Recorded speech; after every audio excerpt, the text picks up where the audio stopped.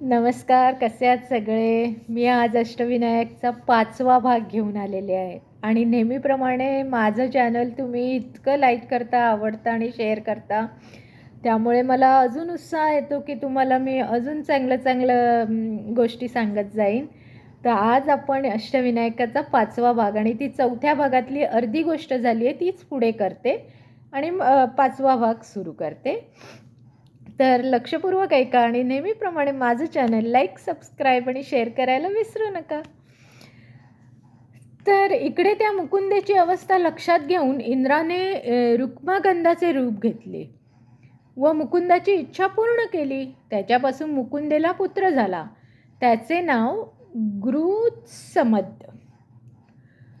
हाच तो ऋग्वेदातील प्रसिद्ध मंत्रद्रष्टा व द्वितीय मंडळाचा कर्ता.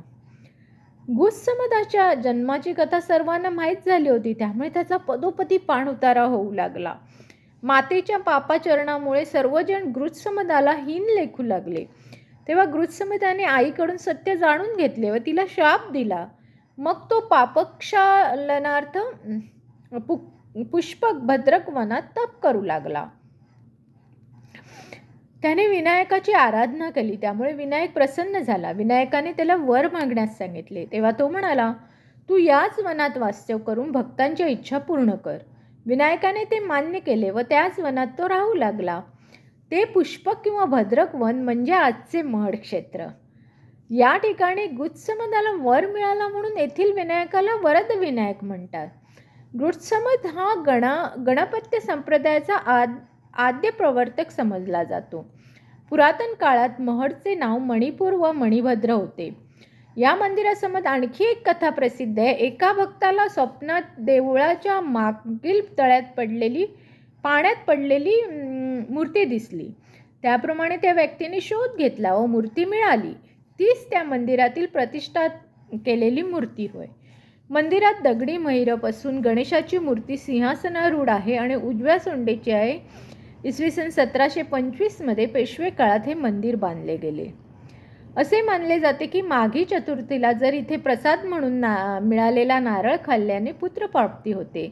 त्यामुळे माघी उत्सवात या अष्टविनायकाच्या देवळात भक्त अतिशय गर्दी करतात. इथे येणारे भाविक दुपारी 12 स्वहस्ते गणपतीची पूजा करू शकतात. दुपारी 12 ते 2 या वेळेत प्रसाद वाटला जातो. गणेश चतुर्थी आणि माघ प्रतिपदा ते पंचमी म्हणजे गणेश जयंती या दिवसात उत्सव साजरा केला जातो. गणेश जयंतीच्या उत्सवात पुत्रप्राप्तीसाठी प्रार्थना करणाऱ्या भाविकांची प्रचंड गर्दी होते. शिवाय अंगारिका आणि संकष्टी चतुर्थी या दिवशी देखील विशेष पूजा केल्या जातात. गणपतीचे 5वे स्थान हे थेऊर आहे. हे मंदिर पुण्याहून पुणे सोलापूर महामार्गे 22 किलोमीटर अंतरावर आहे. मुळा, मुठा, भीमा या 3 नद्यांच्या संगमावर अंतर थेऊर पुणे सोलापूर महामार्गाला जोडलेल्या रस्त्यावर असून पुण्यापासून 30 किलोमीटर अंतरावर आहे. ब्रह्मदेवाने आपले चित्त स्थिर करण्यासाठी गणपतीची या जागी आराधना केली. त्यामुळे या गावाला थेऊर असे नाव पडले. अशी आख्यायिका आहे की या संदर्भात आणखी एक अशी कथा आहे. राजा अभिजित आणि त्याच्या पत्नीने घोर तप केले आणि गणासूर याला जन्म दिला. जेव्हा गणासुराने ऋषी कपिला यांच्या आश्रमाला भेट दिली तेव्हा ऋषींनी त्याला जवळील चिंतामणी रत्नाचा वापर करून गणासुराला उत्तम पंचपक्वान्नाचे जेवून खाऊ घातले. गणासुराला त्या चिंतामणी रत्नाचा लोभ सुटला आणि त्याने कपिला ऋषींकडून ते रत्न जबरदस्तीने हिसकावून घेतले. दुर्गे देवीने कपिला ऋषींना गणपतीची मदत घेण्याचा सल्ला दिला होता. गणपतीने गणराजाला कदंब वृक्षाखाली पराभूत करून त्याच्याकडून ते मौल्यवान रत्न हस्तगत करून पुन्हा कपिला ऋषींना दिले. याचे बक्षीस म्हणून कपिला ऋषीने ते रत्न गणपतीच्या गळ्यात घातले व त्यांची चिंताही दूर झाली आणि तेव्हापासून गळ्यात चिंतामणी रत्न घातलेला गणपती चिंतामणी विनायक म्हणून ओळखला जाऊ लागला. ही कथा कदंब वृक्षाखाली घडल्यामुळे थेऊरला कदंबपूर असे सुद्धा म्हणतात.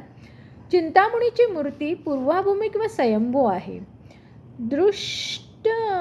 दुष्ट इंद्राला गौतम मुनीच्या शापामुळे जी 1000 छिद्रे अंगावर निर्माण झाली होती त्या छिद्राचे 1000 डोळ्यात रूपांतर येथील गणपतीने इंद्रावर केलेल्या कृपामुळे झाले होते. इतक्या प्राचीन काळापासून हे गणेशस्थान प्रसिद्ध आहे. देवळाचा मुख्य दरवाजा उत्तरेकडे आहे, पण गणेशाची मूर्ती पूर्वेकडे तोंड केलेली आहे. डाव्या सोंडेची आहे. तसेच डोळ्यात माणिकरत्न आहेत. देवळाचे महाद्वार किंवा मुख्यद्वार हे उत्तरेकडेच आहे, त्यामुळे मुळामुठा नदीच्या मार्गाला जोडते. मंदिराच्या संकुलाच्या आत एक छोटे शिवमंदिर आहे.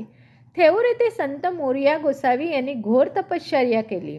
असे म्हणतात की त्यांच्या तपाने प्रसन्न होऊन गणपती नजीकच्या मुळामुठा नदीतून 2 वाघांच्या रूपाने अवतीर्ण झाला आणि त्याने त्यांना सिद्धी प्रदान केली. खुद्द गणपतीने आपले मंदिर सोडून त्यांच्या भेटीस येत असे. मोरया गोसावी यांना येथेच सिद्धी प्राप्त झाल्याचेही सांगितले जाते. गणपतीचे मंदिर हे धरानिधर महाराज देव यांनी बांधले आहे.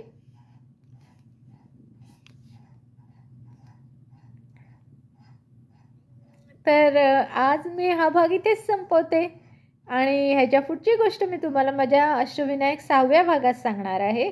तर माझा एकही भाग चुकवू नका आणि नेहमीप्रमाणे माझं चॅनल लाईक, सबस्क्राईब आणि शेअर करायला विसरू नका. धन्यवाद.